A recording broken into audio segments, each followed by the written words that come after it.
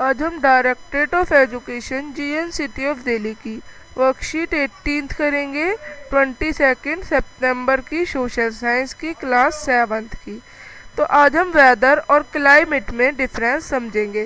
Weather is a atmospheric condition, ये atmosphere में condition है जो कि अलग अलग प्लेस में होती है अलग अलग टाइम में।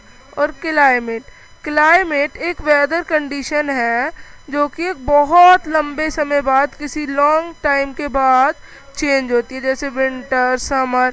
और वेदर तो रेन और समर, रेन और कभी कोल्ड कभी भी हो जाता है। और it can be changed at any moment, ये किसी भी मोमेंट पे चेंज हो सकता है। और क्लाइमेट जो है ये बहुत लंबे समय में चेंज होता है। Weather changes within a short time, weather short time में चेंज होता है।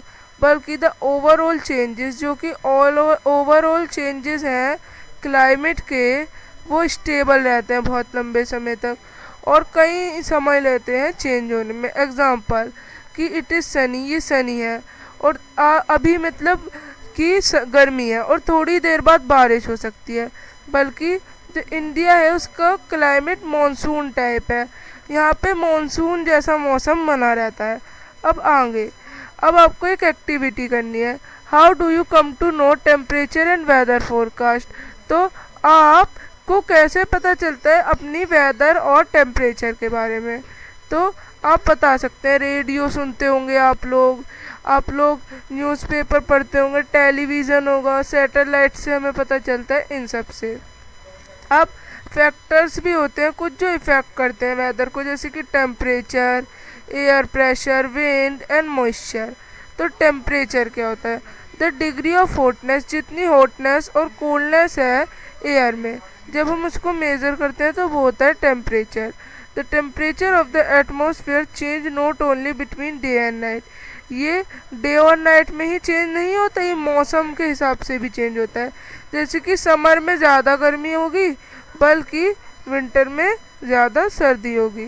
तो इस तरह से चेंज होता है हमारा। अब आगे क्या दे रखा है? एन इम्पॉर्टेंट फैक्टर, एक इम्पॉर्टेंट फैक्टर है जो कि प्रभाव डालता है टेम्परेचर पे, यह है insolation. Insolation is the incoming solar energy intercepted by the earth. तो ये सोलर एनर्जी होती है जो कि अर्थ के द्वारा ले ली जाती है। और द अमाउंट ऑफ इंसोलेशन, जो अमाउंट ऑफ इंसोलेशन है ये equator decreases from the equator towards the pole, तो ये इक्वेटर से घटती चली जाती है पोल्स तक। देयरफॉर जो टेम्परेचर है वो डिक्रीज होता रहता है। दैट इज़ वाई जो पोल से हमारे वो बहुत दूर होते हैं इक्वेटर से, इसी वजह से वो स्नो से कवर्ड होते हैं। If the earth temperature rises too high, अगर अर्थ का टेम्परेचर बहुत बढ़ जाता है तो it would become too warm, तो बहुत ही गर्मी हो जाएगी और क्रॉप्स के लिए भी दिक्कत हो सकती है, क्योंकि कुछ क्रॉप्स कहीं उगती हैं तो कुछ क्रॉप्स किसी मौसम में। Temperature in cities is much higher than that of villages, जो सिटी का टेम्परेचर है वो विलेज के टेम्परेचर से ज़्यादा हाई है। क्यों है सिटी में हाई? क्योंकि पॉपुलेशन ज़्यादा है, यहाँ पे फ्यूल बर्निंग ज़्यादा है, फैक्ट्रीज ज़्यादा है और जिससे गर्मी बढ़ती है, ग्लोबल वार्मिंग के सोर्सेज ज़्यादा है। अब thermometer, it is use to measure temperature, ये टेम्परेचर मेज़र करने का एक यूनिट है। द स्टैंडर्ड यूनिट, जो स्टैंडर्ड यूनिट है इसकी मेज़र करने की, वो डिग्री सेल्सियस होती है। अब आगे, air pressure. Air pressure is defined as the pressure exerted by a weight of air on the earth surface. तो जो प्रेशर डालती है एयर अर्थ के सरफेस पे, ये होता है air pressure. The air pressure is highest at sea level, ये सी लेवल पे हाईएस्ट है और डिक्रीजेज विद हाइट, और हाइट में जहाँ पे ज़्यादा हाइट है वहाँ पे कम है। एज द प्रेशर डिक्रीज, क्योंकि प्रेशर डिक्रीज हो जाता है। The amount of oxygen available to breathe also decrease, तो जो ऑक्सीजन की अमाउंट होगी वो भी कम होगी। एट वेरी हाई एल्टीट्यूड, जहाँ पे बहुत एल्टीट्यूड्स होंगे बड़े बड़े, atmospheric pressure and available oxygen get so slow that people can become sick and even die. That's why जो माउंटेनियर है जब वो क्लाइंब करते हैं तो अपने संग ऑक्सीजन सिलेंडर रखते हैं। Horizontally, the distribution of air pressure, जो एयर प्रेशर का डिस्ट्रीब्यूशन है, इस पर प्रभाव पड़ता है एयर के टेम्परेचर से एट अ गिवन प्लेस, एक प्लेस पर। In area where temperature is high, ऐसा एरिया जहाँ पे टेम्परेचर हाई है तो एयर हाई होगी और राइज होगी, बहुत बढ़ेगी। The creates a low pressure area, और एक लो प्रेशर एरिया बनेगा। Low pressure is associated with a cloudy sky, इसको क्लाउडी स्काई से बताते हैं। इन एरियाज हैविंग लो टेम्परेचर, जहाँ पे लो टेम्परेचर है वहाँ पे एयर कोल्ड होगी तो हैवी हो जाएगी एटमॉस्फेरिक प्रेशर।